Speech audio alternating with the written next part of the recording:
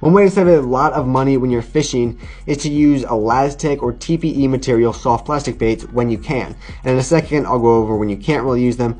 But ultimately, these Elastec or TPE baits are really, really durable. They're super stretchy, super durable. You can probably catch on average like 10 times as many bass on one of these as you can a traditional soft plastic bait. So you just don't go through many baits and you don't have to keep rebuying them over and over again. And you just save a ton of money in the long term. Now, when can you not really use them? It's a very buoyant floating bait, so really any weightless soft plastic rig, they won't really work with, like a wacky rig or a weightless Senko or a fluke soft jerk bait technique.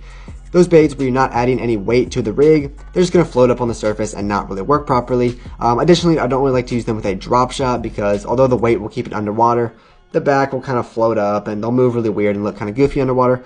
But as long as you have a weight like a Ned rig or a shaky head, or anytime you're using it as a trailer or a swim bait, these baits are really, really awesome and you don't go through many of them, so you save a ton of money.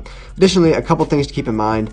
These baits, when you're storing them, they can't really be touching any other soft plastic baits, so you can't like touch them together. Over time, they'll kind of fuse together and melt together and get completely ruined, so you got to store them separately in their own original packaging. And additionally, they melt a little bit easier in like the sun or the heat. It's not too bad, I've found, as long as you don't keep them in your car or something in the middle of summer. You shouldn't have any problems with it, but they melt a little bit easier in the heat, so it's definitely something to keep in mind.